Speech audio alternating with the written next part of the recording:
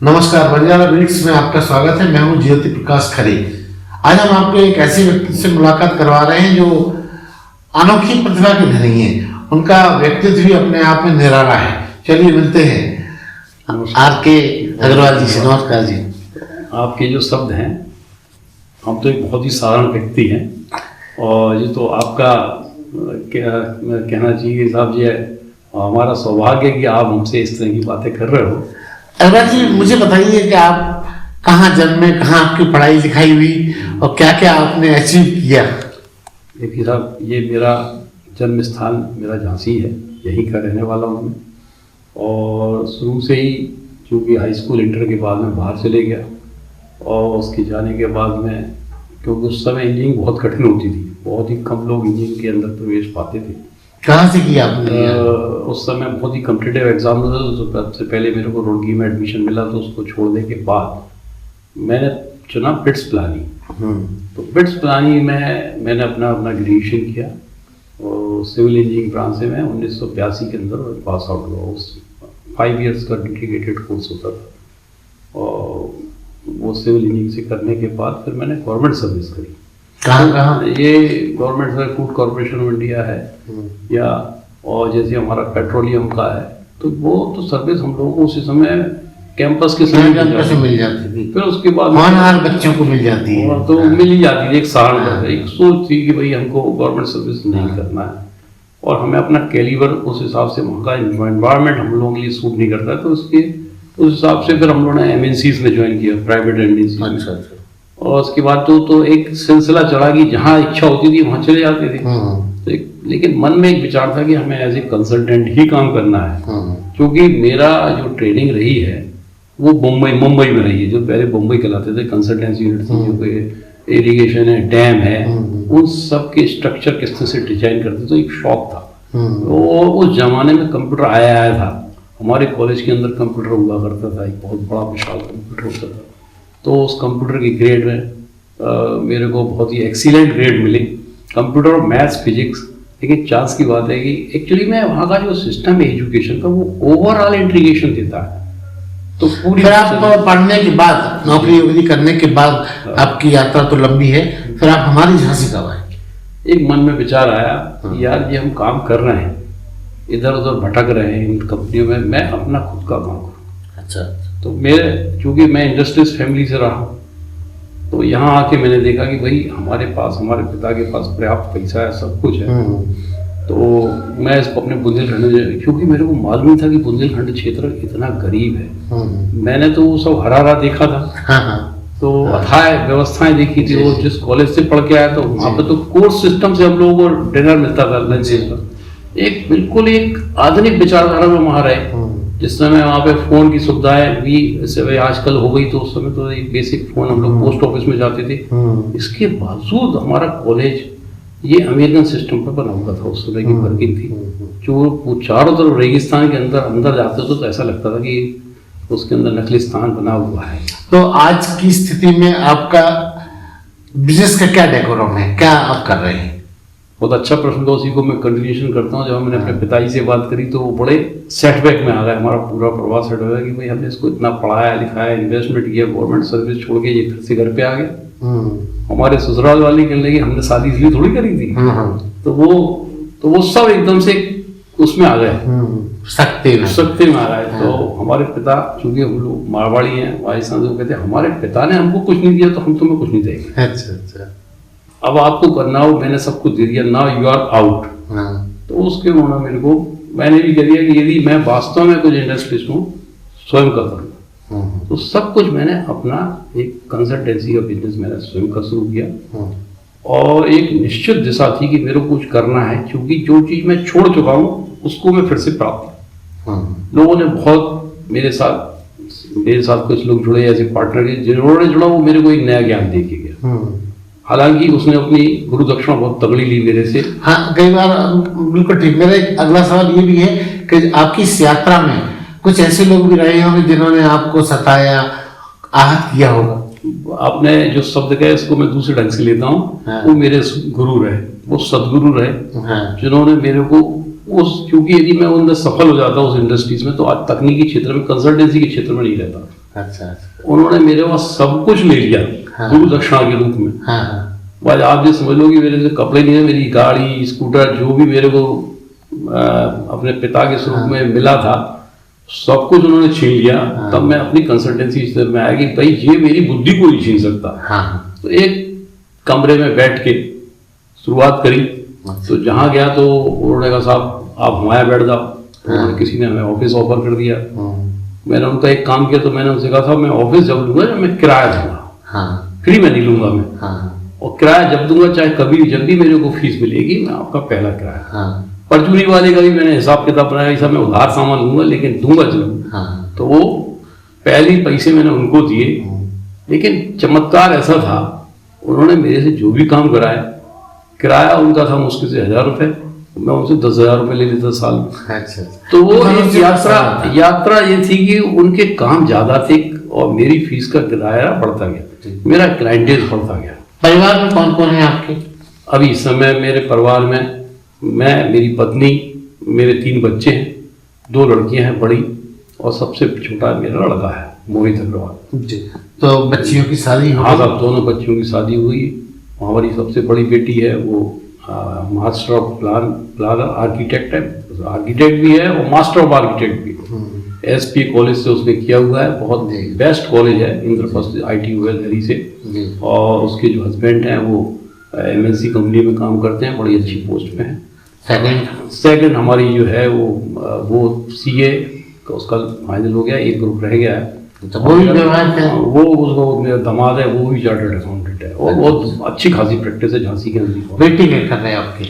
मेरा बेटा अब वो पूरा जो बागडोर जो मैंने, ये मेरी सेकंड पीढ़ी जा रही है। तो मैं अपना उत्तराधिकार उसको बनाया है। ये मेरे मन में था अधिकतर, मैं अपने पिता का उत्तराधिकारी नहीं बन पाया। हो सकता मैं इंडस्ट्रियलिस्ट में बनता, क्योंकि मेरे पिता बहुत बड़े इंडस्ट्रियलिस्ट थे जी।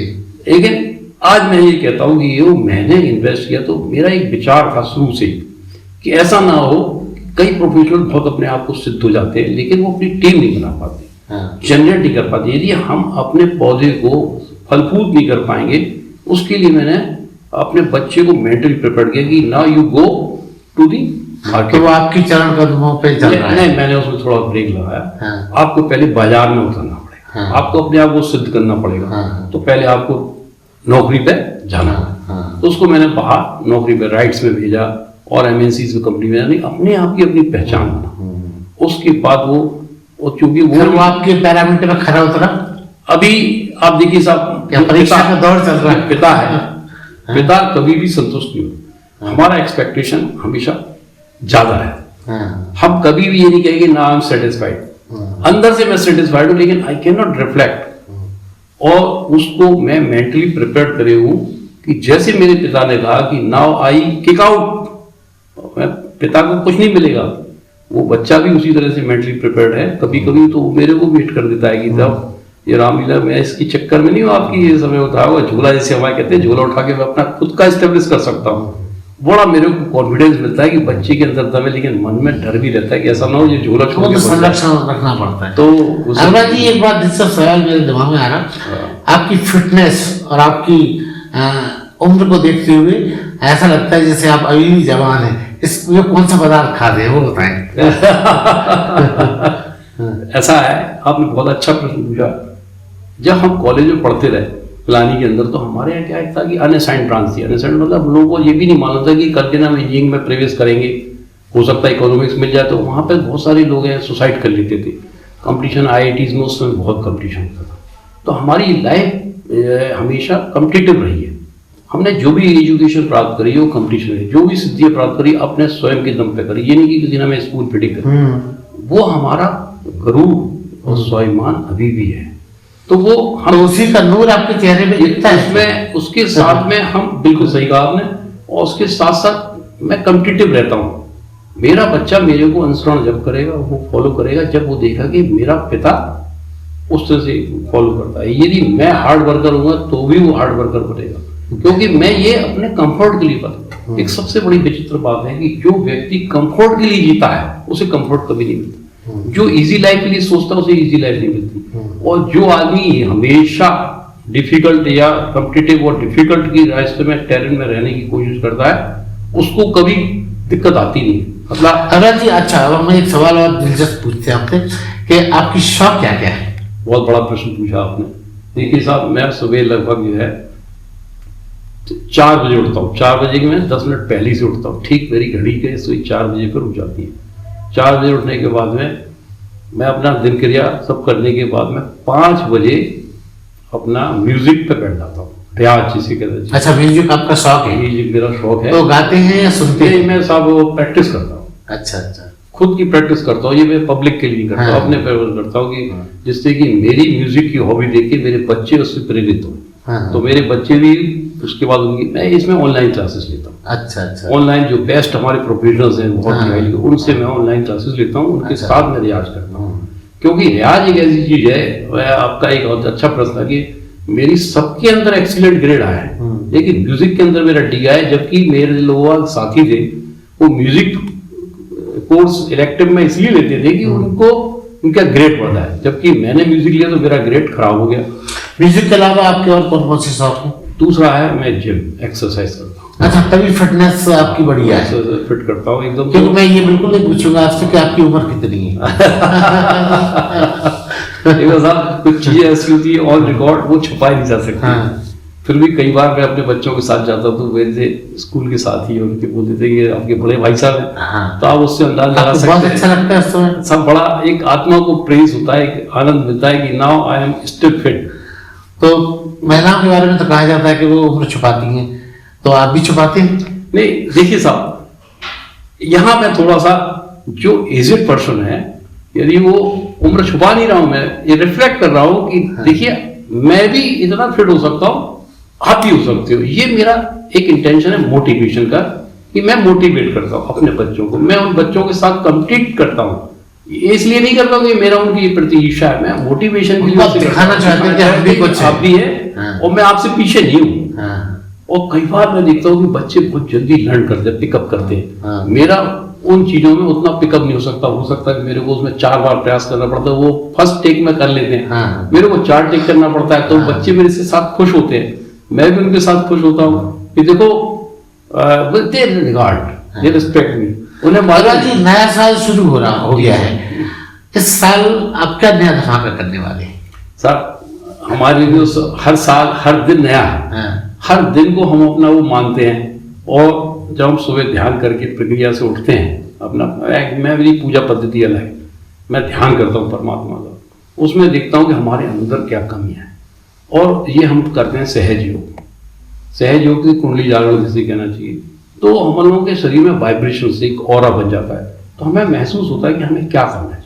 हम अपनी पीढ़ी से, अपने बच्चों से, क्योंकि हम जो सर्व कर रहे हैं वो अपने परमात्मा को कर रहे हैं। परमात्मा, हम भी नौकरी कर रहे हैं, हमारे साथ जो स्टाफ कर रहा है वो भी हम काम कर रहे हैं, और हमको जो पाना है, जो हमें प्राप्त हुआ है, परमात्मा ने दिया, हमें समाज ने दिया है, संसार ने दिया, उसको हमें वापस करना है। हमने बहुत कुछ पाया है, उसको ही हमको वापस करना है, यही हमारी कर्मभूमि है।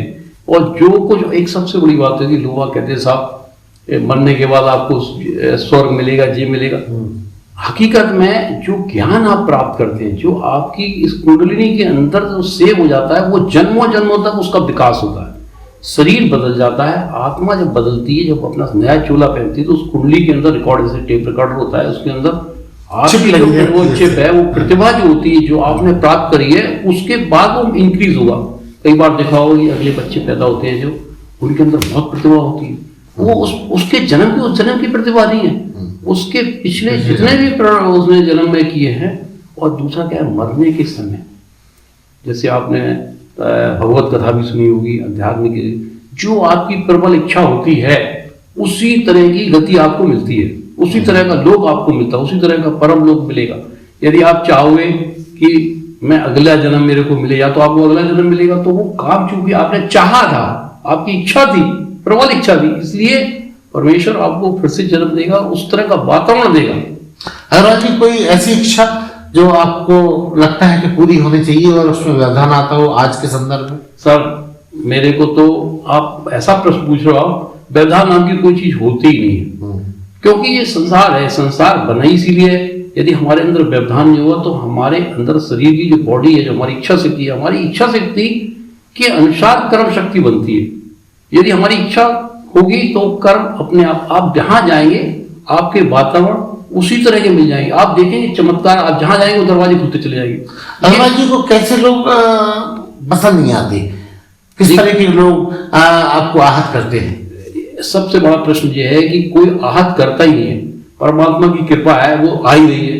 आप खिड़की बंद कर लोगे तो वो नहीं आएगी।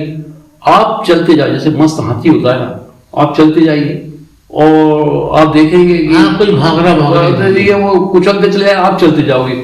आप किसी राक्षसी शक्ति को नष्ट करने के लिए हनुमान की शक्ति बहुत आवश्यक। तो जब आपके अंदर हनुमान की शक्ति होती है, वो रास्ता छोड़ देता है या फिर वो चल जाएगा। अहिंसा का सिद्धांत बताता हूं मैं। अहिंसा का सिद्धांत ये नहीं कि चींटी को मार दो। अहिंसा का सिद्धांत है कि जो दुष्ट है उनको उसी शक्ति से मार दो, तभी आप अपने आप को बचा पाओगे। समाज को बचाने के लिए, देश की गति के लिए, देश की समाज की सेवा के लिए, व्यवस्था के लिए यदि हमें दंड उठाना भी पड़े, हनुमान की शक्ति का उपयोग करना पड़े, वो भी चूंकि आज कॉन्स्टिट्यूशन बदल चुका है, हम राजा नहीं है, तो हमें कॉन्स्टिट्यूशन के हिसाब से नियमावली से बौद्धिक रूप से समाज को जागृत करना चाहिए। और समाज, यही हमारा लक्ष्य होना चाहिए, यही शांति है, यही परम लोक है और यही परमानंद है। ये थे आर के अग्रवाल जी, जो जिंदगी की सच्चाइयों से बंजारा बीट को अवगत करा रहे थे। बंजारा जी बात करने के लिए बहुत बहुत धन्यवाद। बहुत आपका भी बहुत। इस चैनल को लाइक और सब्सक्राइब करना ना भूलें। देखते रहिए बंजारा बीट्स।